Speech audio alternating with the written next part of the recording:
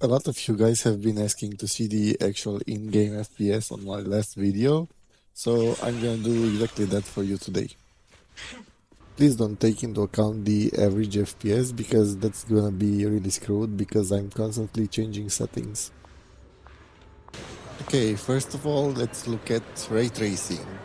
This is how the game looks with ray tracing off. And if we go and enable it, you can see we are going to drop to around 25 FPS. I recommend just keeping this off because it's not worth the FPS. Next up, let's compare the super resolution quality levels. Personally, I like keeping this on DLAA, but you can adjust it to a lower quality if your game's not running properly. FSR is basically the same, but the image looks a little bit more pixelated, so I just prefer DLSS. Next up is global illumination. The FPS difference is really minimal, so just turn this to medium. Now let's see about shadows.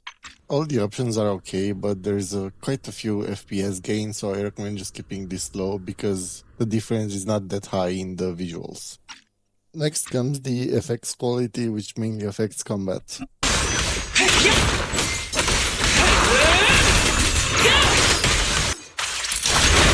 The wind rises.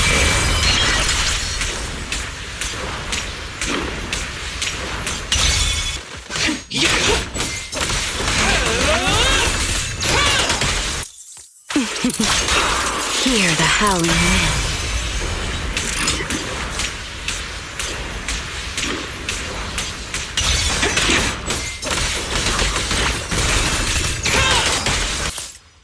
Take this, wind shear.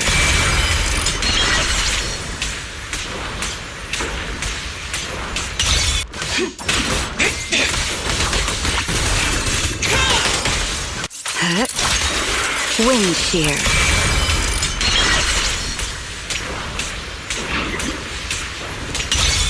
This is a decent FPS loss, but if there's one setting that you want to keep high despite losing FPS, it's this one, so just adjust to your liking. Next on the list is environment quality. For me, it's like 1% difference, so just keep whichever you like. It's time for the fake setting, mirror reflections. This is a big FPS loss for a very small game, so just keep this disabled. Volumetric fog, which affects light beams. I personally would keep this on low or disabled. Bloom makes shiny things shine. Basically, no FPS changes, keep this on. Next up, motion blur and distortion.